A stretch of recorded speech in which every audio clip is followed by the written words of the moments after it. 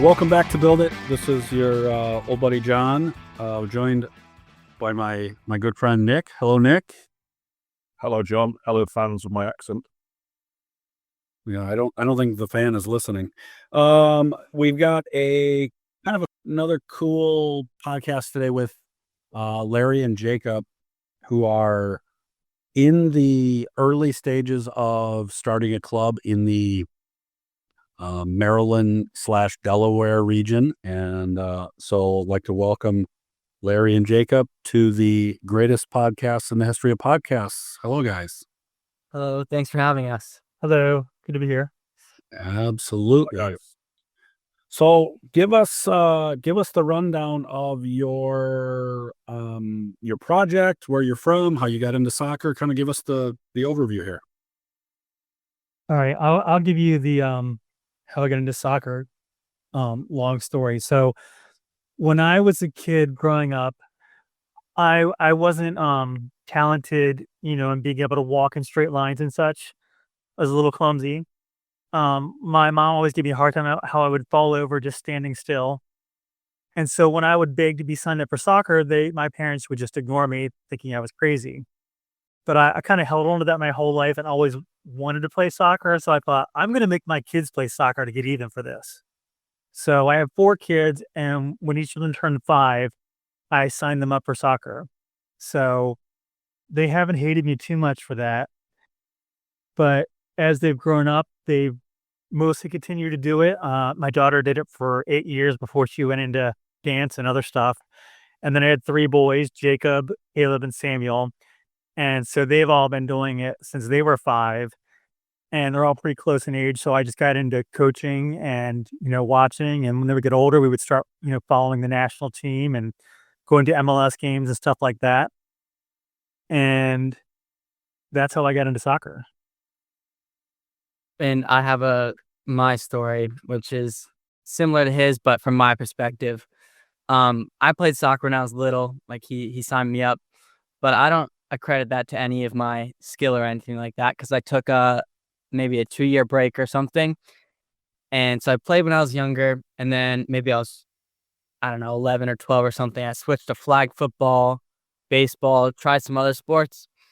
And then I remember missing soccer and thinking, man, I wish I was still playing soccer, but by this point I've missed out. I'm not good enough anymore. And then I saw a poster that someone handed me and told me I should join the local rec team. I was like, I'm not good enough. I haven't been playing soccer for 2 years. I'm not good enough at this point. I'm 12 or 13. Everyone's much better. And then I got convinced to do it. That's when I started really enjoying soccer. And so maybe after, was it 1 season or 2 seasons of the rec team? I think it was 2. 2 seasons of the rec team. I played high school soccer after that and really enjoyed it. Played at a small private school. Me and my 2 brothers all were on the same team for my 4 years. And yeah, that was my favorite time ever playing soccer, was in high school. Are you playing in college now? Yeah, I played 1 semester in college, and I'm not going back, but now looking to play semi-pro. Do something else. Team. And that's kind of the genesis of where we started. Is he came back and he kind of discovered that going away to college wasn't an experience that he enjoyed as much as he would have hoped. And so around our area, if you're not in college soccer or even college soccer, there's not a lot of opportunities around. And I thought, well, I know this is crazy, but why don't we make our own opportunities? And it could be a resource not just for him, but for everyone else in the area, because there are a lot of soccer players and youth soccer teams and, former players, and there's just not a lot of opportunities. Yeah, that seems to be a very common trend in sort of this minor league soccer space of people like you and like us, that it was just kind of like, it doesn't exist, so why doesn't it exist? And somebody's gonna have to make it happen. How big is the community that you guys are serving as a club? Well, we're closest to Salisbury, Maryland, which is a town of about 40,000. But since we're right on the border of Delaware, that kind of, I think Sussex County is right there. I mean, there's a couple 100,000 people in that county, and there's not a whole lot to do around here. There's like nothing to do. there's the beach in the summer, and then that's about it. And the soccer community here is really big, but I feel like a lot of people don't realize how big it is. And that's something that we've started to realize more as we're getting into this project, is just how many people there are who are interested in this. I mean, we didn't know before we started this how big it really was. So what's the youth situation with youth clubs and such in your area? Is it pretty robust, or is it recreationally? Is there a high level? There's no wrong answer. I'm just curious. What's the youth landscape look like? I mean, there's 3 or 4 clubs that they go from your U9 up to U19s. There's an indoor facility. They have a semi-pro indoor team. So That just started. yeah, they just started, and they had an outdoor team recently, but I don't know if they're going back to that. So they might be like our main competition. But yeah, back to youth. But they had There's youth there. Yeah, there's a few local clubs, but I think anyone who's taking it very seriously would go to Baltimore. I've known people who've traveled to Baltimore, stayed here, and traveled to Baltimore if they wanted really serious clubs, because that's where that area is where all the very competitive clubs are at. Yeah, Baltimore's 2 hours from here. And we also did refereeing for a number of years, so we would go up there pretty often to do referee those tournaments. And there's just hundreds of clubs, and semi-professionally there's dozens of clubs up there as well. But I mean, just the youth teams up there, the coaches are driving Mercedes and whatnot, so there's a lot. Funny how that works. What so that's cool. I'm just trying to get the lay of the land here. So you've got sort of a little area in between a bunch of bigger metropolitan areas that all have clubs. So your travel, you're going to always have a little travel, but nothing, you got enough within a couple hours that it's manageable, right? Yeah, so all the clubs, we're kind of like an outpost. We're probably going to be like the only team really near us, and then all the other teams are in Baltimore, Northern Virginia, which is about an hour and a half to 2.5 hours away. So there's no extreme travel like 5 or 6 hours, but there's nothing really close by either. That might not be a bad thing. What do you think, Nick? Woke him up. Sorry. I'll just put myself on mute. That's the problem. Then it takes me 5 hours to find out which window I was in. No, it's catch-22, right? Like the more isolated you are, the greater your catchment area is for fans, for sure, and to a degree players. But equally, people are less likely to commit to going out of their way for you, right? Because there's someone closer. So there isn't a right or wrong answer, as John said, of all of this, right? It's just this is the hand you're dealt, and until the American soccer landscape is thousands of clubs upon thousands of clubs, then you deal with the catchment area you've got. We'd all love 17 clubs within 8 miles of us. That's the ideal, right? Because then we can build the rivalries and everything else. But realistically, 2.5 hours is a good away day travel for America. So let's not scoff at it at all. So why don't tell us where you're at sort of in your progress to this point. I mean, obviously you've done a lot of planning. You've the area. Like, where are you at from day one to where you want to be, and what does that timeline look like? Well, so we've done a lot of research, talked to a lot of people like yourself, and just trying to figure out what exactly it's going to look like, what it's going to take. Still trying to get, some of the answers to those things. But, we've created a website and social media and stuff like that. And even though we're kind of just into that, we've already got a pretty good amount of interest from local players. We've talked to some people who are just kind of interested in helping out, and have pretty good soccer experience, and just kind of wondering, why are they willing to help us? We don't really have a lot to offer. We're this, just starting up. And they're like, no, we're here to help. We see what you're doing. We want to help, and that's great. So we've got a coach who's a really successful um college coach who I think last year took he was one of the assistant coaches there, but their team went to the final four of the NCAA tournament for Division 3. And he's been, part of their team for a dozen years or more. And he's going to come on board as our head coach. So that's a pretty good step we've got nailed down. And we're talking to local players, just trying to drum up interest. But a lot of what we have left is really to get the money, get the sponsors, get a field secured, um, finalize details of joining the league. Hoping to get a lot of that done by this summer and start playing in the fall, because the league we're looking at is a fall and spring league. Is that EPSL or part of the EPSL system? Yeah, we're probably doing EPSL. Yeah, that's from what I know of that group, and I've had some conversations with them, I think that's a great place. It's fortunate that you have a setup like that has some inherent benefits for new clubs with some of the pro rel and some of the things where you can kind of find your level. I think that's crucially important for new clubs to not sort of outkick their coverage and go for the big flashy thing, because I in my experience, it doesn't seem that ever moves the needle enough. Like Nick and I say it all the time, fans don't necessarily care what league you're in or who you're playing. The players and coaches do, but you can give a pretty cool experience regardless of who you're playing at your home venue. So I always nerd out on finances, because I think we've all seen and heard plenty of clubs that just disappeared, and ultimately they either ran out of money or labor hours or both. Where are you at in that particular phase of kind of building in the back end of the business?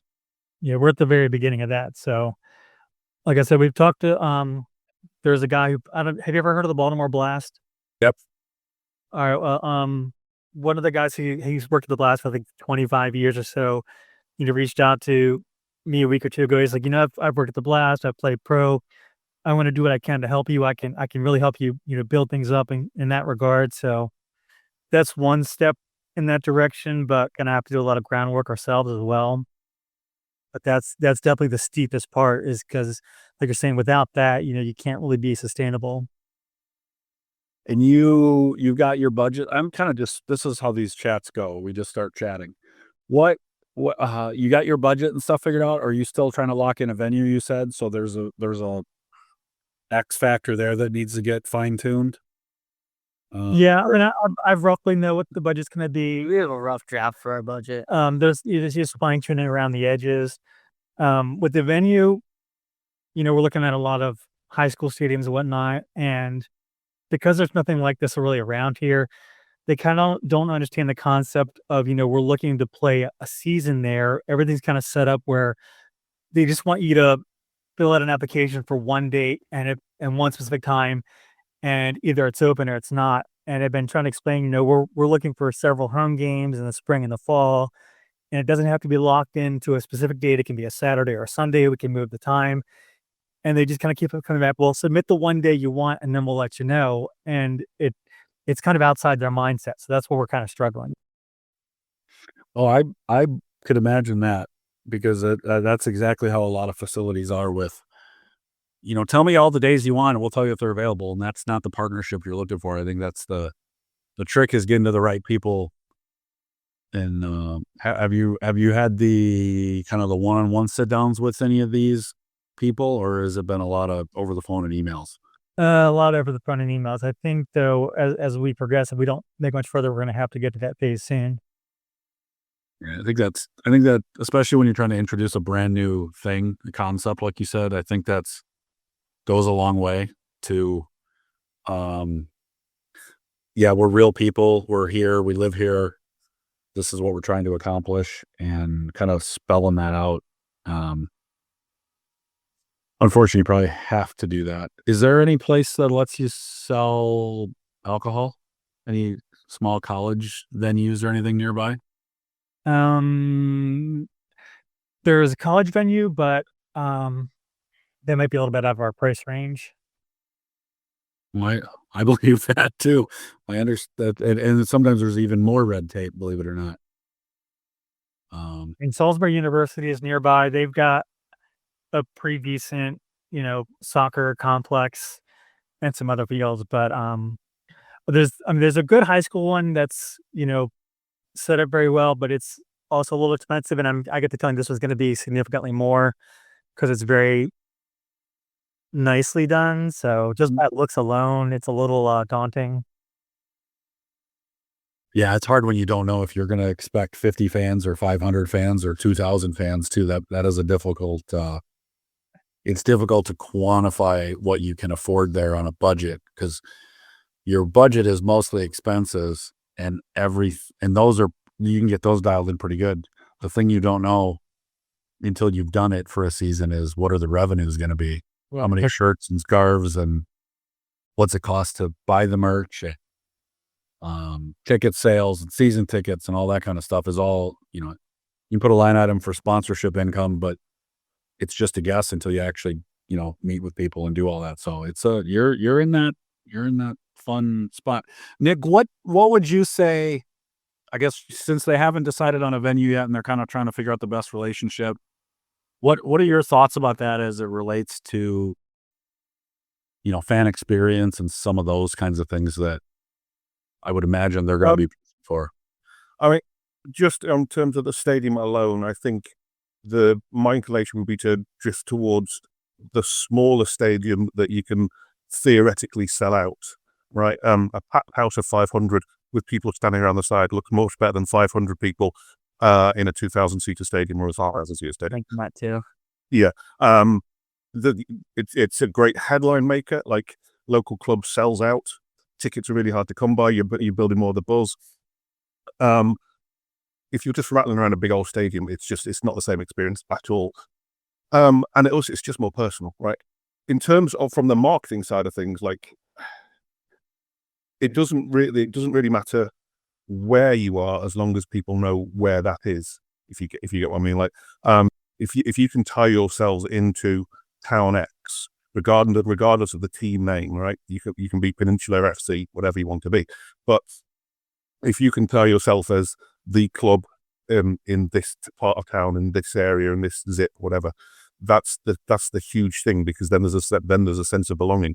You can't be all things to all men, and the clubs that we see succeed from a fan stroke spectator stroke match day revenue perspective are the ones that have a reason for fans to come, a sense of pride, a sense of belonging, a sense of this is ours. The clubs that are player driven, that sadly from our perspective seem to win most of the time, the ones that are player driven, that are about the player experience, they're the ones that can wither and die, because there's no reason once your 23-year-old forward is out of college, because there is no stock of culture here for grown adults. He's not passionate about pursuing it. His dad's not passionate about pursuing it. His mum's not passionate about pursuing it, and all of a sudden, the club just withers and dies. So, it's building a club, I feel, for the long term, has to be fan focused and fan centered and almost fan driven. So, market yourselves as a place rather than as a club, I think what I'm saying, which you didn't ask, but that would be my take. No, that makes sense. So a lot of it is, we're kind of wondering expectations. So John, since you've done this before, what was it like, your expectations? Were you expecting, a lot of people to try out, like 50, 60, 100 and hundreds of fans? And was it the opposite, or was it more, or was it kind of exactly what you expected? We didn't have expectations. Obviously, we had hopes and dreams that everything would be full of everything. What continues to be the case is probably nobody is going to care as much as you, which is probably true of anything. If you owned a bookstore, you're passionate about books. Not everybody else is, right? So this is no different than any other startup business.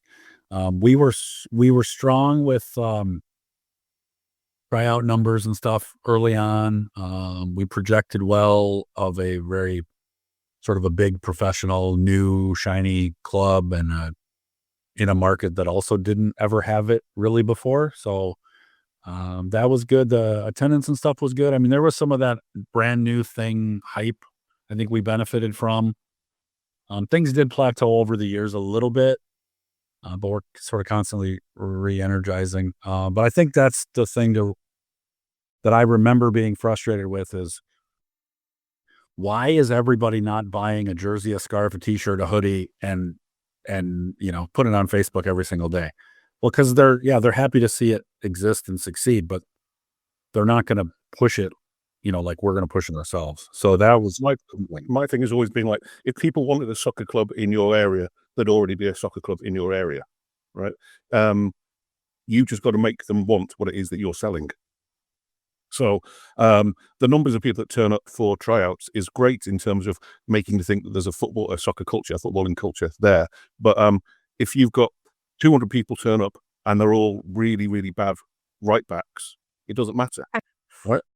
You got to get the right mix of players, but you've got to get the right mix of volunteers. You've got to get the right mix of fans, and you've got to get the right mix of financial partners. So I feel like the almost the last thing that clubs should focus on is the playing side of it, because what will be the success of the club will be dictated by all the things that don't happen on a Saturday at 3 p.m. That 90 minutes is almost irrelevant to the long-term success of your club, because you need the operating capital, you need the word of mouth, you need all the things to align in some way. And as John alluded to, like, most of your fans, if not all of your fans that aren't related to the players and the staff, could not give a crap whether you win the title or not. It's great on the day, like to see a trophy be listed. It's great on the day to go on an open cup run. But 9 times out of 10, the conversation at home with Mr. and Mrs. Smith is, should we go bowling or should we go to the soccer? It's not, I want to go to the soccer because they're playing Badmen FC.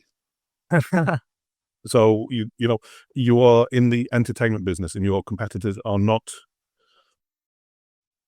other soccer clubs apart from that 90 minutes for 6 days and 22 hours. Your competitors are the bowling, are the cinema, are paying the bills, is the weather. It's all of it, right? And the last thing that you need to be thinking about is other soccer clubs. So what are some of the things that you guys have done to make it more of a fan experience other than just having the game there? What do you do to add that extra atmosphere? Anything and everything we can, right, John? Like, I don't know if you're aware of the Savannah Bananas. We had Jesse on a long, long time ago before he became this megalon that he is now. But credit the Build It podcast with putting him dark. Other people say it. I've heard them say it. Yes. No. Look, Jesse isn't doing what we're doing. We're not doing what Jesse's doing. We're not trying to replicate it. But he was the first person that I certainly came across that was in the modern era that understood that, like, rolling a ball out at 3 p.m. and saying there's a soccer game coming here isn't enough. It's not enough in England. It sure as hell is not enough back in the US. So you've got to think about what your market is. When we're in a summer league, right? So our market is soccer families. The kids are bouncing off the walls because they've been in the house for 6 days. They're bored of going to cinema. They're bored of going bowling. They're bored of playing laser tag. So what else is there to do? So that's where we positioned ourselves. We don't have the beer drinking lad culture that the big cities have. So we can't say, come and make a raucous atmosphere and bring your fireworks and bring your drums and everything else. We have to make it a much more kid-friendly, family-friendly thing.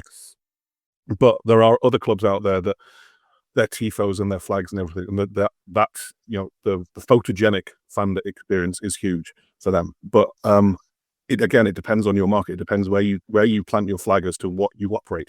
If you want to be kid-friendly, then go all out on the stuff on the sidelines that is, bounce houses and face painting and 101 things to do. If you're after, the more rowdy, if you find yourself that you getting in with the rowdy bar culture, then talk to local breweries and get things set up there. Like, again, it depends on your location and your facilities you have. Some people don't like you having beer trucks and food trucks, and that's unfortunate, but there are ways around that.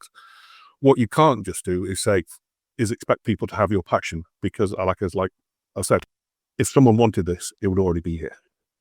That's not to say that they're not going to be really appreciative that it's there, but you've got to give them a damn good reason to come over and above the cinema and rollerblading.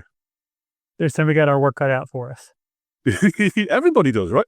It's easy for me because soccer is part of my culture back home, obviously. But I just flip it around and think, if I was trying to set up a baseball club in the UK, or a basketball club, or any of your four sports, right? Yes, there are people out there that care, but they're spread all over. If we get everybody who listens to this podcast who set up a club at our level, who gets angry on Twitter, if we could get them all in one town, in one city, that soccer culture would be amazing. But because we're all spread out and also disparate, it's all super diluted. So it's on us to be evangelical about it and spread the word about not what soccer is, because America knows what soccer is.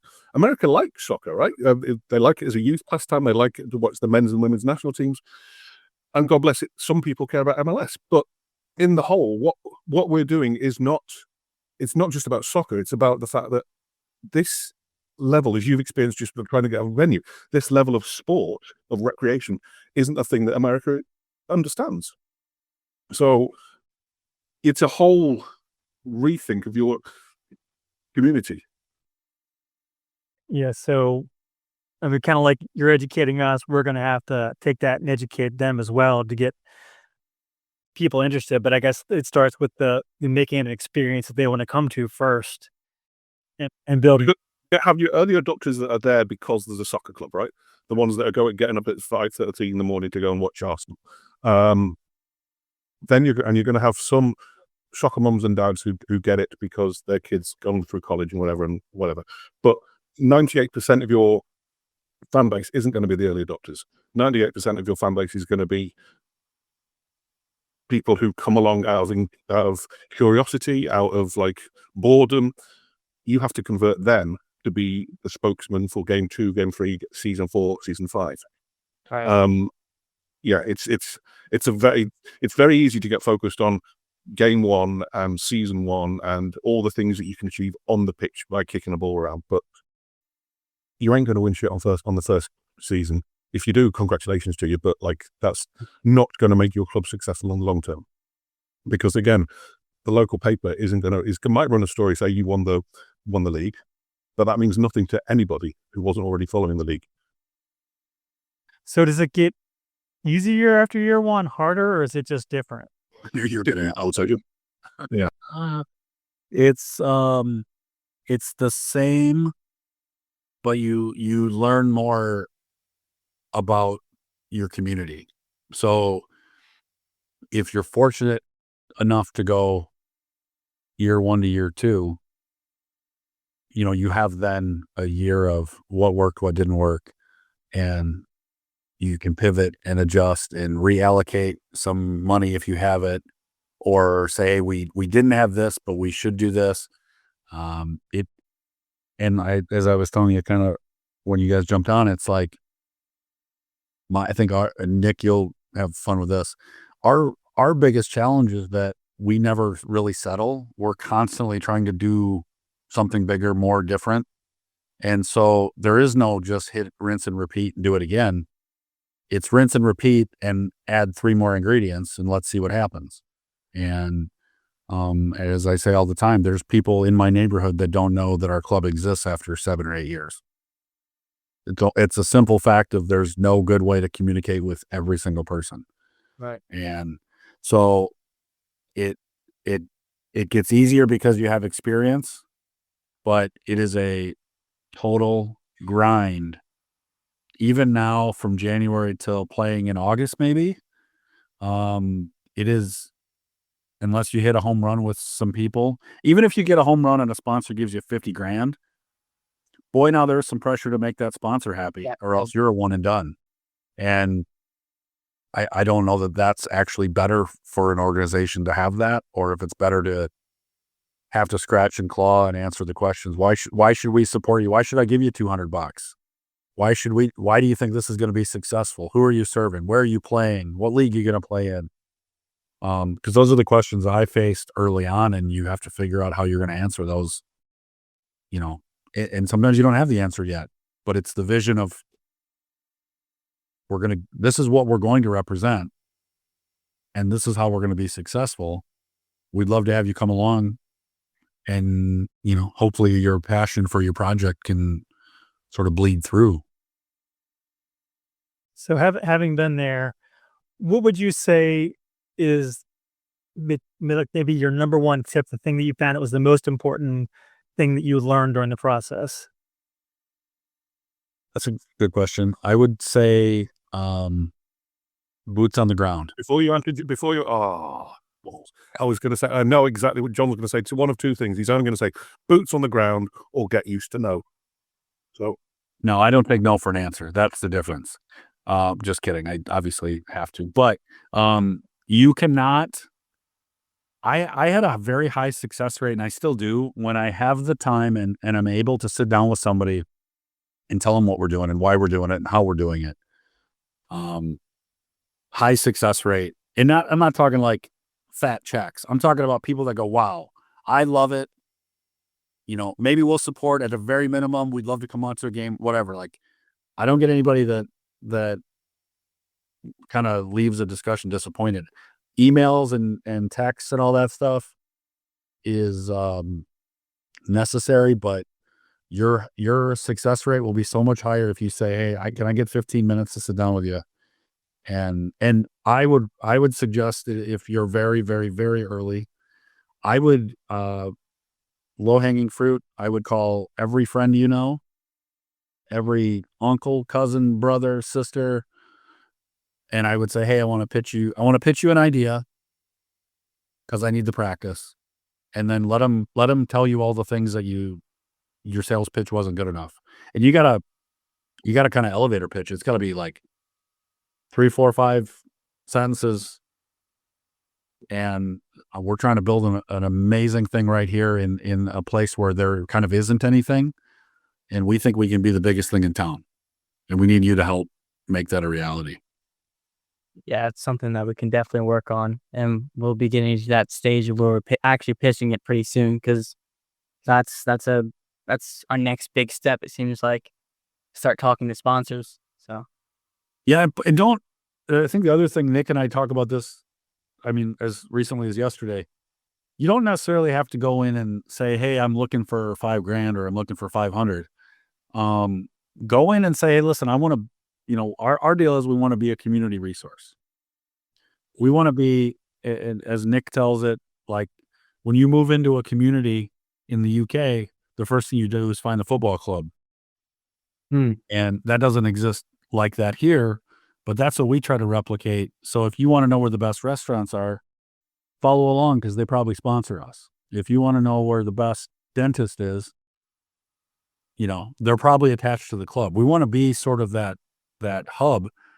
And in doing that, we promote a lot of nonprofits, a lot of other businesses, anything going on in the community that's worth shouting about. Nick running the social medias and the website and stuff, like, he shouts about that. We want to promote the good things in our community, whether it's soccer related or not. So the worst thing you can be is inward looking and self-focused. If you go onto social media or you hang out with your friends and you just say, that's very interesting what we were talking about, but let me tell you about my soccer club.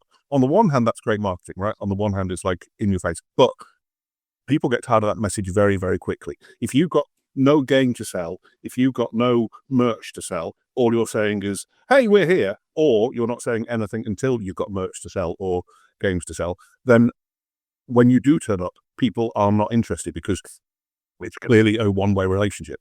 You've got to be, if you want to be a community-driven club, which I think you do, then you've got to be giving a crap what the local, any local organization is doing, right? Because you don't know, you amplify their voice and you don't know who turns up the next game, very simplistically. It's free marketing, right? Because you are putting out Mrs. Smith's Bakery's offers and everything else. You're doing her a favor. She's going to be very, very grateful, but you're showing your friendly side rather than your self-serving side and saying, look, we're here to be a part and to help you. And we're not asking for anything in return. If you want to give me a cupcake, great. If you want to, but more importantly, if you want to come out on a game day and sell your wedding cake services and whatever else, then come be a part of it. And just grow that way. And then Mrs. Smith is going to say, do you know what? These boys that are setting up this soccer club, I know nothing about soccer. I don't understand the offside rule, but my God, they got 50 people there and I got 20 orders.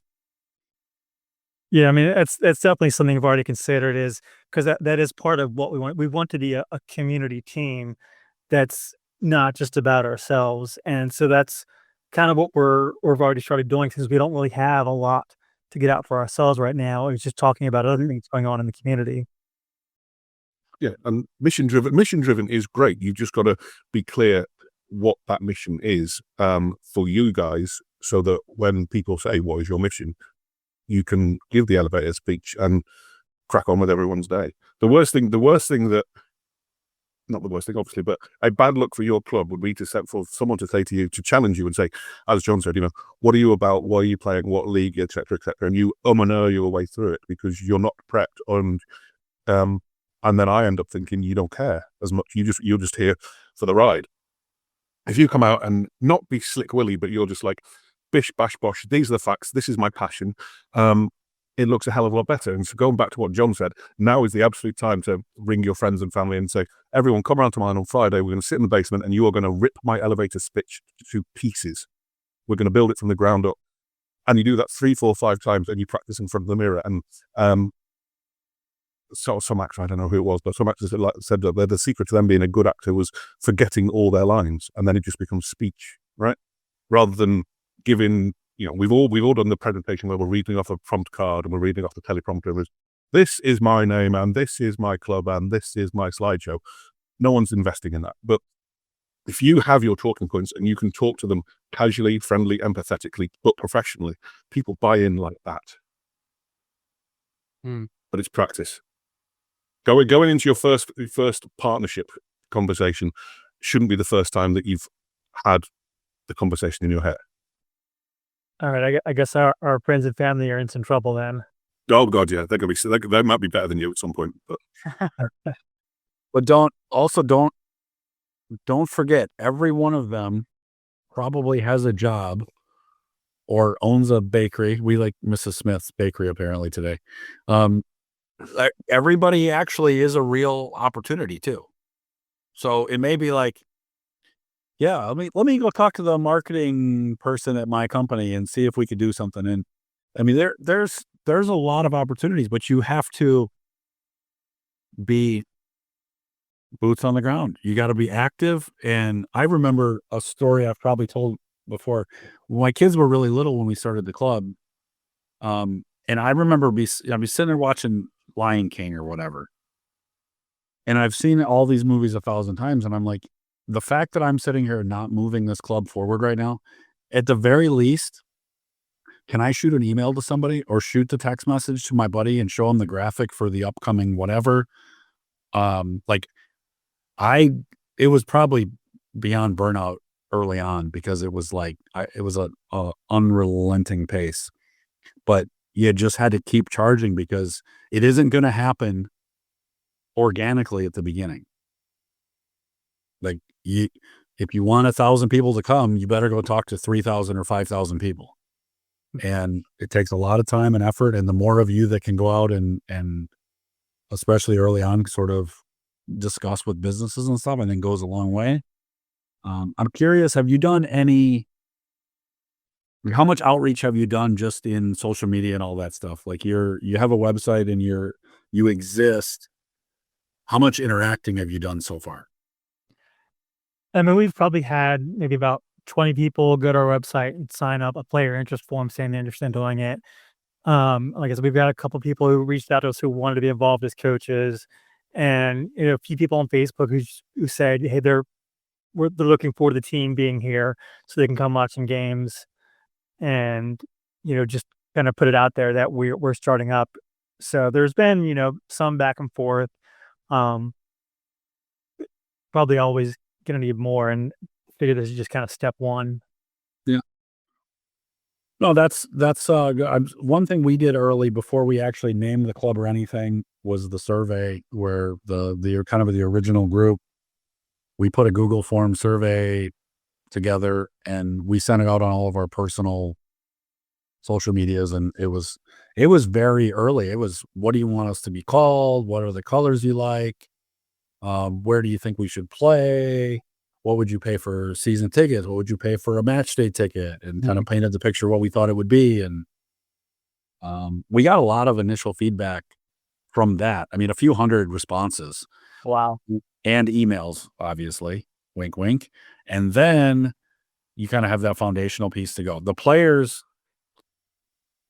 to Nick's point, and him and I are kind of aligned in this, the players and the technical side is all extremely important, and it's sort of the flashy thing.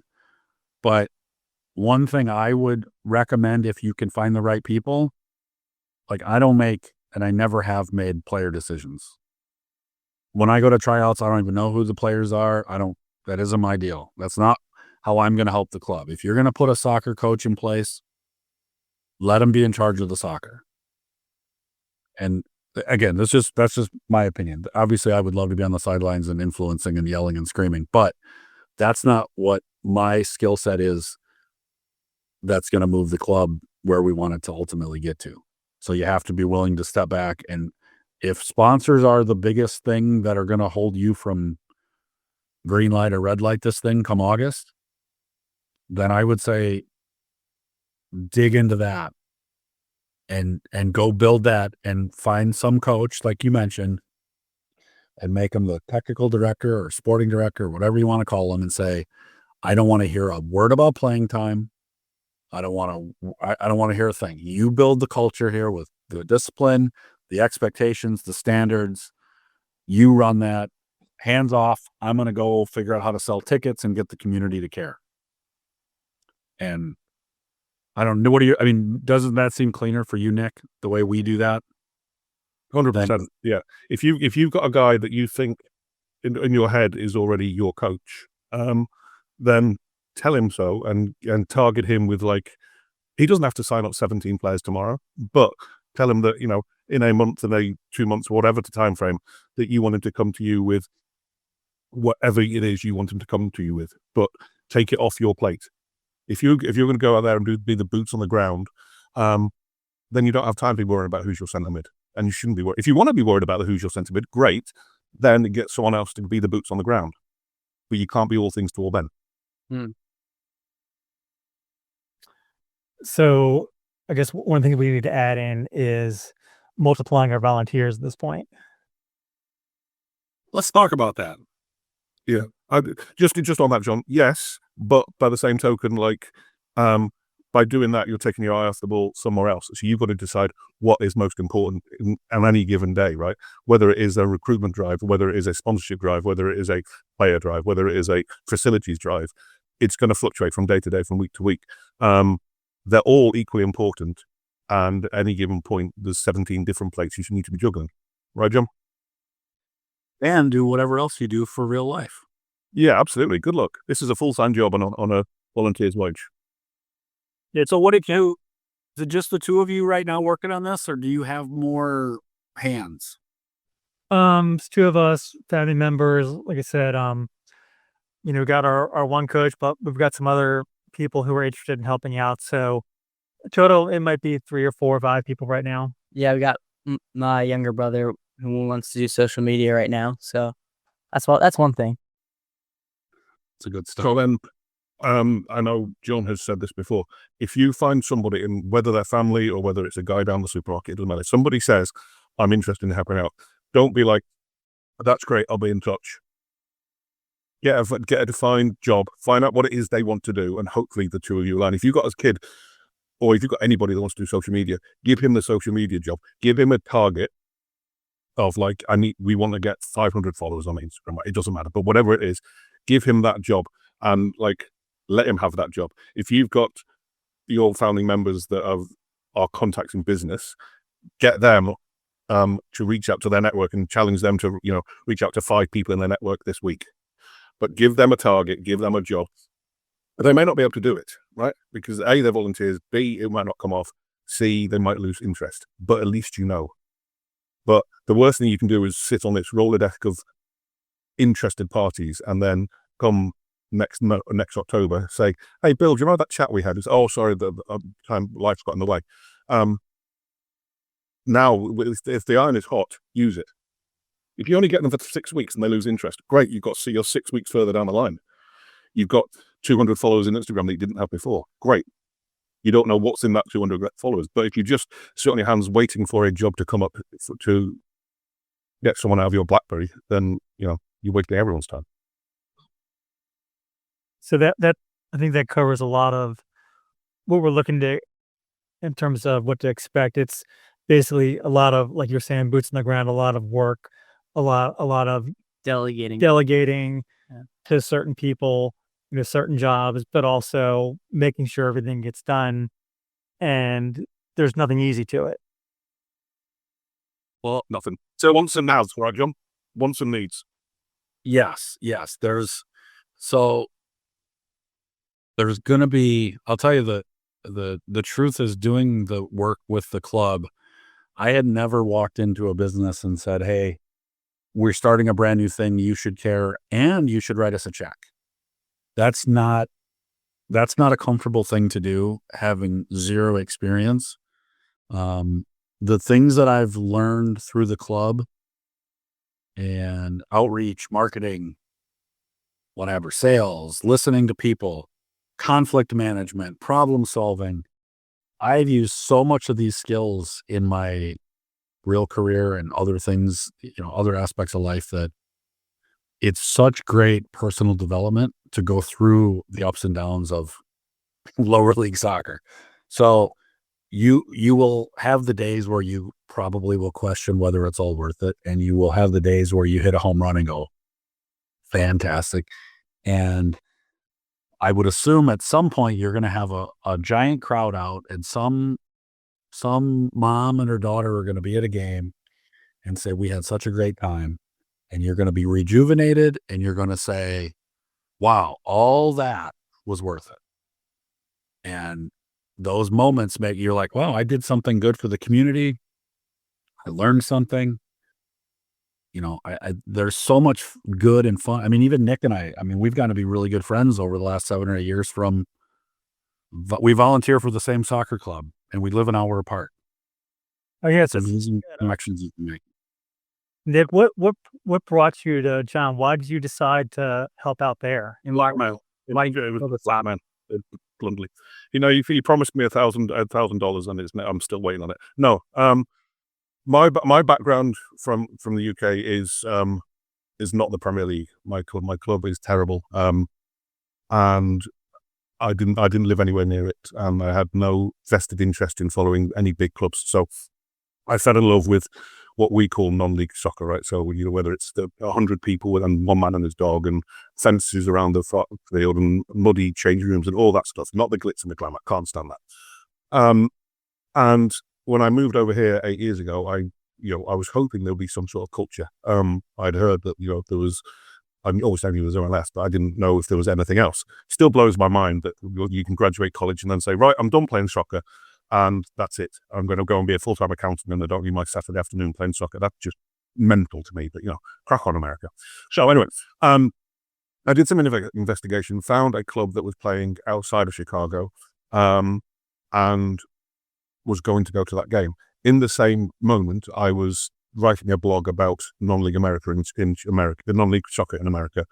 Found some Twitter account, I think it was, called Shockers FC, who were taking themselves very, very seriously. And I thought, they must be a legit soccer club at some level. Reached out. Turned out it was John just dicking about with his Sunday night rec league. But we arranged to meet up there at this soccer game. And for whatever reason, John seemed to think my accent was a good thing. And from then it's just been downhill. It's a happy marriage of convenience. It wasn't a plan. It's a hell of an inconvenient for both of us, right? Because I can't get out to do a lot of the social media stuff that I want to do, and John asks me to do stuff and I'm out of the loop. So no one's happy with it, but it is what it is. But if I didn't exist, someone could handle the social media. It would be different. If I didn't exist, someone could do the PA. It would be different. That's okay, but it's one less thing that John doesn't have to do, or some other volunteer doesn't have to do, right? If you've only got 6 volunteers, then you need to find out what those 6 volunteers are good at and try and get a marriage between that and what you absolutely need. I alluded to it before. There is a huge difference between the things that you need and the things that you want. What you want is a full stadium. What you want is people buying merch all the time. What you need is a stadium and the merch. What you need is a product that people can get behind. What you want is people who are as passionate as you. You can't waste your time focusing on the wants until you've covered all your needs. And as you grow, some of those needs become wants and some of those wants become needs because the priorities change. But you've got to sit down and say, absolutely, what gets us to the next level? Because the soccer thing, the playing on the pitch on the Saturday, that'll take care of itself, as we said. But what gets you from sitting around in the kitchen, because at the moment it sounds like it's pretty much a family thing, which is great, right? You, your kids, your brothers, whatever. What gets you from that to your LinkedIn network, for one of a better phrase, well, your Facebook network, then your LinkedIn network, and then when you know you've arrived, I think John's getting to this point now, is when you've got people not queuing up, but people being involved in the steering committees that you knew nothing, you didn't even know existed when you started this soccer club, right? That's when you know you've made that first important step, because now you're getting outside of the people that will say, oh, because they like you, they're going to be interested by it. What you want is the people that don't know you, or even better, don't like you, but still think you're doing a good job. So how do you get to them? And how you get to them is using your immediate circle to get to your bigger circle and expanding out. So I don't know, that's a long-winded answer to a question that I wasn't really asked, I think. So you're there, but you don't know how you got there or what keeps you there. You're just there. I'm here. Yeah, yes, I'm here, and I'll probably be here for a while, I think, until there's enough complaints from the League HQ about the way I handle match day. I'm cutting your check tomorrow, I promise. Oh, bless you. You're a liar. Yeah, it's a journey. I mean, for sure. But there's also another piece of advice I'll share. There was things we did in year 1 that I wish we wouldn't have. We spent money on charter buses and different things that it was just stupid money to spend at the time. Figure out what you can afford to do when you get to that point. Don't be afraid to say, we can't offer this. I want to feed the players prime rib dinners every night after the match. We're not doing that. I got pizza instead. Is that good? Or, hey, I can't do every game, but I'll do it. Don't be afraid to do what you can do. You want people that understand that you're building something bigger than their own experience and your own experience. That's the culture part that I think we've done a good job with, is we have people that want to be a part of it, and they understand our constraints, and they understand what we do, why we do it, how we do it. And they're just kind of happy to go along for the ride. And Nick, you, in your humblest moments, I think what we do is different than what you've seen in a lot of these other clubs that are closer to you, that I think you appreciate what we do. And I think being real genuine with your intentions and your purpose and your mission and how you communicate that to the community, I think that'll lead you a long way in the direction you want to go. Yeah, I think that's a lot of how we approach people we talk to so far, is like, we can't offer you a lot of money or a lot of glitz and glamour. We can offer you a chance to be a part of something and to build an experience. And, if you want to continue, like, jump aboard. And we've got a few people who said that's what they're in for. So that's how we want to keep going, I think. Yeah, I think there's a lot of people that just want to be a part of something, and they don't really care if they're getting paid or something like that. Being a part of something that's inspiring and has visions and goals like we do is what they want, and that's enough for them. Yep. I think you guys are on the right track. You're talking to a lot of people, you're asking the questions and stuff. And I think that's that's what a club deserves, is somebody putting in the research and the time to try to get it right, because it's real easy for some people to just run it, call themselves the president, CEO, head coach, technical director, give themselves 20 titles, write a big check, win a trophy, and then disappear in 18 months. And if you want to build something that's truly for the community and serves kind of a greater purpose, going about it the way you guys are is, in my humble opinion, the right way to be successful in lower league soccer. I hope you're right. Yeah, thank you. So, any other questions you guys have? I don't want to keep you guys too long, but certainly you know how to get a hold of us too if other things come up. Yeah, I think that's a pretty good chunk to get us started there. All right. Is you want to plug your website or any social media or anything? Sure. Our website's delmarvathunder.com. All the social media is the same. It's at Delmarva Thunder on Instagram, Twitter, at Delmarva Thunder, Facebook. I think it's just, facebook.com/Delmarva Thunder. If you're interested, message us. Right on. Well, all the best to you guys. I love seeing clubs start up from the ground, from nothing, and become something pretty amazing. So I wish you guys all the best, and if we can help, please reach out. I appreciate it. Thank you. Thank you. Now the time has come for leaving, fear now we shall return. We were so glad we could make it, but so sad we gotta run. Well, it might be a long time till we raise another glass. You can rest assured that next time we'll have ourselves a laugh.